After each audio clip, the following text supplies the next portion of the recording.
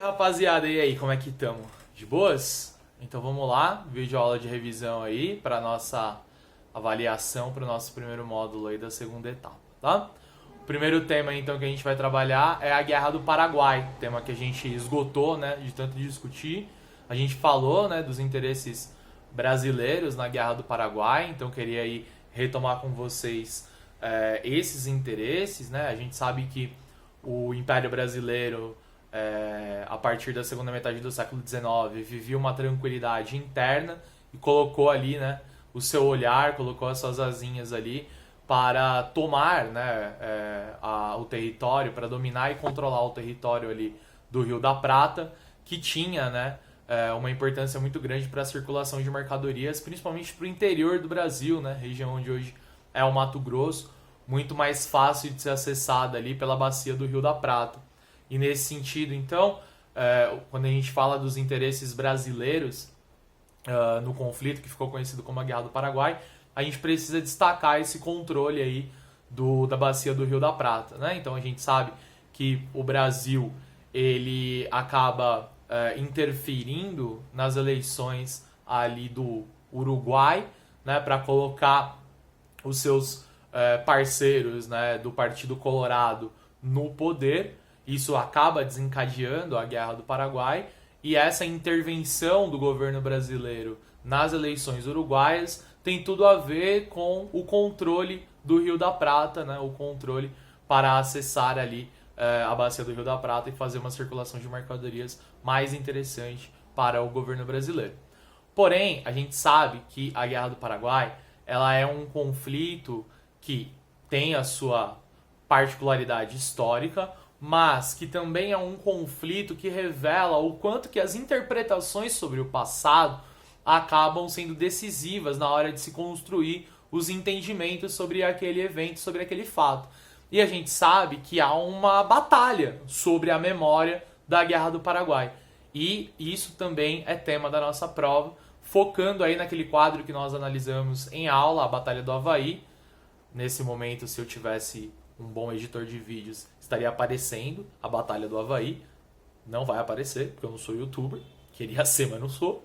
Mas é esse o momento que você vai lá, dar um pause no vídeo, e você vai lá agora digitar no Google Batalha do Avaí e vai acompanhar a análise desse quadro com a imagem da Batalha do Avaí aí do lado, né? A gente sabe que a Batalha do Avaí foi uma obra, né, encomendada pelo governo brasileiro, encomendada ao Pedro Américo, pintor histórico aí do Brasil, né, que fez o quadro O Grito também, e o Tiradentes Esquartejado. E o Pedro Américo faz o quadro A Batalha do Avaí para representar uma visão sobre a Guerra do Paraguai.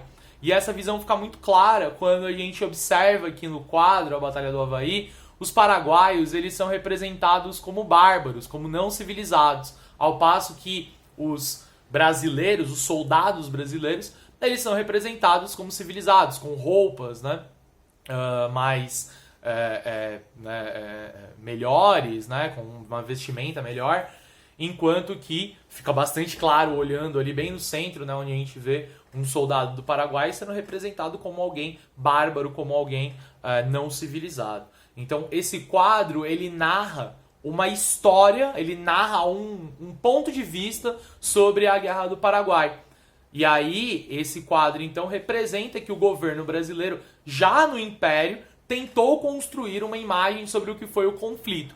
Uma imagem de que os paraguaios, eles eram não civilizados e que a guerra, então, é culpa dos paraguaios, né? A gente sabe que não. A gente sabe que havia interesse dos brasileiros em conquistar o território do Rio da Prata e que o conflito ocorre por causa disso, tá? Quando a gente olha para o próprio nome, a Guerra do Paraguai, a gente já consegue identificar ali uma narrativa, né? Porque chamar este conflito de a Guerra do Paraguai condiciona aos paraguaios a causa do conflito. Nós sabemos que não. Os paraguaios tinham interesse? Tinham, em controlar o Rio da Prata. Da mesma forma como os brasileiros também tinham. Então esse conflito é um conflito que opõe dois países, né? No caso aí Uruguai e Argentina também vem a reboque do Brasil, mas basicamente opõe dois países pelo controle do território do Rio da Prata. Um não é mais culpado do que o outro. Porém, a imagem da Batalha do Havaí, somado a chamar este conflito de a Guerra do Paraguai, acaba caracterizando como se os paraguaios fossem os únicos culpados por esse conflito. Não são. O segundo tema que será cobrado de vocês é a Lei de Terras. E basicamente como a Lei de Terras foi responsável por aprofundar o latifúndio brasileiro. Nós sabemos que a Lei de Terras ela foi publicada em 1850 e foi a primeira lei que organizou a compra e a venda das terras que não haviam sido ainda destinadas a nenhum dono. Então todas aquelas terras que não tinham dono, elas passaram a ser do Estado e só poderiam ser acessadas diante da compra. 1850 é a data em que marca o fim do tráfico negreiro e também data, né, ali da chegada dos primeiros, né, logo depois dos primeiros imigrantes. Então essa lei, quando ela é publicada em 1850, ela tem uma função que é destinar as terras exclusivamente para os grandes fazendeiros, para os grandes latifundiários. Por quê? Porque acessar a terra via compra faz com que apenas os mais ricos pudessem comprar. Com isso, os escravizados que estavam ali em processo de libertação, que estavam se tornando livres, e mesmo os imigrantes pobres que vêm da Europa, da Espanha, da Itália e de outros países europeus, eles vão ficar impossibilitados de ter terra no Brasil. E isso faz com que os grandes fazendeiros que já têm muita terra comprem mais terra. E isso acaba fortalecendo a organização fundiária do nosso país, calcada no latifúndio. E já que falamos da questão da imigração para tratar da Lei de Terras, é importante que a gente também toque nesse assunto, que também vai ser tema da avaliação, a questão da imigração, no seu sentido ideológico. Por que se escolhe imigrantes europeus para virem ao Brasil trabalhar e substituir a mão de obra escrava? Por que não se dá emprego para os próprios escravizados que estão aqui? Porque no século XIX, o Brasil começa a se apropriar, o Brasil, que eu digo governo brasileiro, começa a se apropriar do discurso do racismo científico, né? De um discurso eugenista, que partia do princípio de que brancos eram mais capazes do que negros, e havia-se então uma necessidade por parte do governo brasileiro de branqueamento da população. Tinha-se esse sentido ideológico e político no processo de imigração dos países europeus.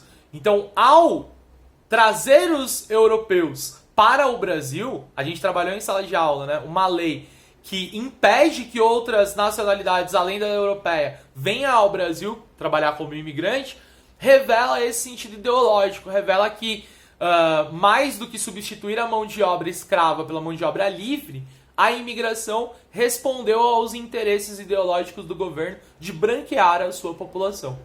O quadro, a rendição de Cã, né, que a gente também trabalhou em sala de aula, o quadro do Modesto Brocos, também deveria estar aparecendo aqui, não apareceu porque eu não tenho editor de vídeo. Alô, editores de vídeo! Se quiserem aqui começar a editar de graça, tamo junto. Mas você pode dar um Google aí agora, a rendição de Cã, que você vai ver e você vai identificar como que nesse quadro, que tem uma mulher parda, né, à época chamada de mulata, carregando, né, uma criança no colo, essa mulher aponta para a sua avó à direita no quadro, que é uma mulher negra retinta, e do outro lado, do lado esquerdo do quadro, nós temos um homem branco, e a interpretação que nós fazemos desse quadro é: o Brasil está se tornando branco. E essa mulher parda está apontando, né, para a avó da criança, e essa avó está agradecendo, porque a sua prole se tornou branca. Esse quadro representa, então, profundamente todas as marcas desse processo de branqueamento da população brasileira. Bom, outro tema importante para a nossa avaliação é a questão da luta pela abolição. Nós trabalhamos, né, bastante assim, sobre o papel da Inglaterra no processo da abolição da escravidão aqui no Brasil, Nós sabemos que a Inglaterra tem um papel muito forte nesse processo, porém, não podemos deixar de citar homens e mulheres que lutaram aqui no Brasil pelo fim da escravidão. E ali se destaca alguns membros do movimento abolicionista, como o jornalista e chargista Angelo Agostini, que produz uma série de charges criticando a escravidão. Talvez a mais famosa delas seja a charge de Volta do Paraguai, que representa um soldado negro olhando a sua mãe, sua suposta mãe, no tronco recebendo chibatadas, recebendo castigos e ainda escravo. Essa charge, ela é uma crítica à escravidão muito profunda, e ela é uma crítica à escravidão porque ela revela o que ocorreu com a Guerra do Paraguai com relação ao movimento abolicionista. Nós temos na Guerra do Paraguai uma forte presença de soldados negros que vão lutar pelo Brasil nesse conflito. Esses soldados negros tinham a garantia de que, ao lutarem pelo Brasil, iriam receber a alforria. Muitos receberam, alguns outros não, porém, a crítica presente nessa charge mostra que esses soldados, eles, apesar de estarem lutando, né, ao lado do Brasil e ganharem a sua alforria, a escravidão no Brasil ainda não acabou. E eles continuam sendo vítimas desse processo de desigualdade racial muito forte no século XIX brasileiro. Ao mesmo tempo, é importante a gente relembrar que durante as batalhas da Guerra do Paraguai, soldados negros lutaram ao lado de soldados brancos. E isso, somado ao fato de que na Argentina e no Uruguai não havia escravidão, faz com que o exército brasileiro se volte abolicionista. Então há uma relação muito forte entre o processo de luta pelo fim da escravidão, né, o processo abolicionista, com a Guerra do Paraguai. A Guerra do Paraguai ela acaba fazendo com que o movimento abolicionista brasileiro fique mais forte. E fica mais forte justamente por isso, porque esses soldados negros lutaram na Guerra do Paraguai, se politizaram, voltaram da Guerra do Paraguai e voltaram apoiados pelos outros soldados brancos nesse conflito. Falando em escravidão, um outro tema que também estará presente na avaliação de vocês são os tipos de escravidão urbana que vão acontecer no Brasil durante o século XIX. O Brasil passa por um processo de urbanização muito forte durante o século XIX. É lógico que as lavouras de café, elas continuam sendo o principal ponto de produção econômica do nosso país. Mas nós temos muita urbanização e com esse processo de urbanização, o surgimento de novas profissões. Os senhores de escravo que estão perdendo, principalmente aqueles no Nordeste que trabalhavam com a cana-de-açúcar, que entra em declínio já no século XVIII, mas que no século XIX ainda é muito fraca, né, no quadro de exportação brasileiro, esses senhores de engenho, né, esses fazendeiros, eles vão dar um novo trabalho aos seus escravos para conseguir ganhar dinheiro com eles. E é aí que vai não surgir, mas aumentar o uso dos escravos de ganho. Os escravos de ganho são típicos das zonas urbanas. O que fazem esses escravos? Séries de serviço, desde vender coisas até trabalhar como cabeleireiros, barbeiros. E esse trabalho feito no espaço urbano vai render lucro para o senhor desses escravos. Nós sabemos que as características do trabalho escravo no mundo urbano, esses escravos de ganho, acaba dando um certo grau de liberdade. É difícil falar de liberdade dentro da escravidão, porém, há um controle menor por parte dos senhores desses escravos de ganho, uma vez que eles atuavam nessas profissões. Não havia uma pessoa 24 horas por dia controlando o que ele faz e o que ele não faz. E é justamente por essa característica dos escravos de ganho que nós vamos ter o principal levante escravo do Brasil, que é a Revolta dos Malês, que ocorre em Salvador em 1835. Como a gente consegue relacionar os escravos de ganho com a Revolta dos Malês? A possibilidade de se organizar um levante escravo daquela grandiosidade só ocorreu porque em Salvador havia muitos escravos de ganho. Escravos que tinham um menor controle, uma menor vigilância e que puderam articular essa revolta que, infelizmente, não deu certo, mas que é marca, né, da história da luta dos africanos aqui no nosso país. Depois, nós temos a política do Segundo Reinado, controlada por Dom Pedro II, como nós sabemos, que, por meio do parlamentarismo às avessas, acaba estabelecendo um controle total do sistema político brasileiro. Como ele faz isso? Ele usa o poder moderador para interferir e inverter a lógica parlamentarista. Na lógica parlamentarista liberal, clássica, modelo emblemático inglês, nós temos o parlamento controlando o chefe do executivo. No Brasil isso se inverte. Quem controla o parlamento é o poder moderador.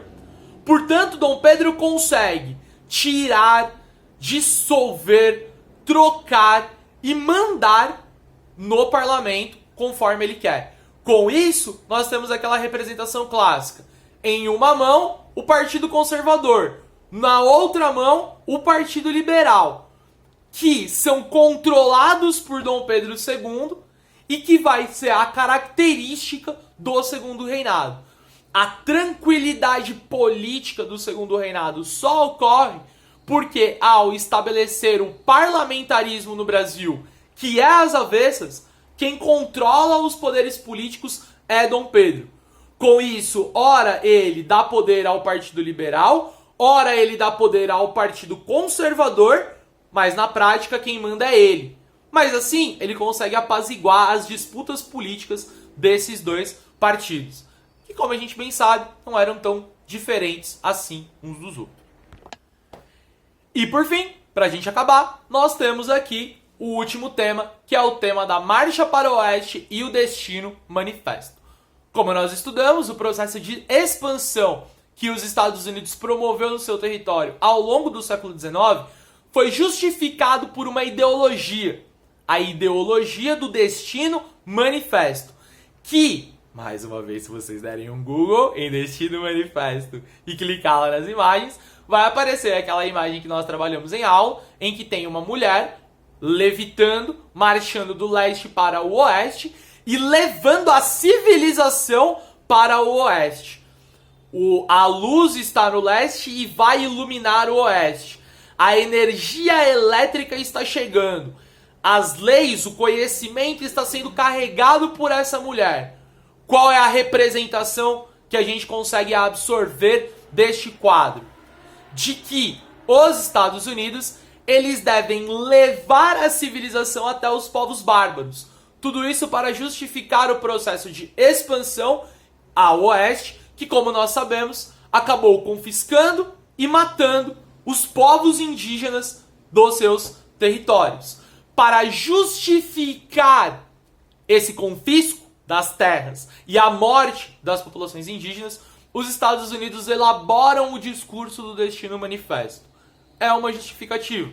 E é uma justificativa que cria uma ideologia que fala que os Estados Unidos são destinados por Deus para levar a civilização aos bárbaros. Como que se caracteriza os indígenas a partir daí? Como não civilizados, como bárbaros, que devem aceitar a civilização dos norte-americanos. Esses são os temas da nossa prova. Mais uma vez, a avaliação tem um caráter muito mais analítico. É uma avaliação majoritariamente composta por quadros que vão contextualizar e dar base para vocês. Eu quero ver a escrita de vocês, eu quero ver a análise de vocês, eu quero ver o entendimento de vocês sobre todos esses temas que nós estudamos aí ao longo dos últimos meses. Arrasem, porque é isso que vocês fazem de melhor. Qualquer dúvida, deixa nos comentários. Eu sempre quero falar isso, né? Parece que eu quero ser muito youtuber.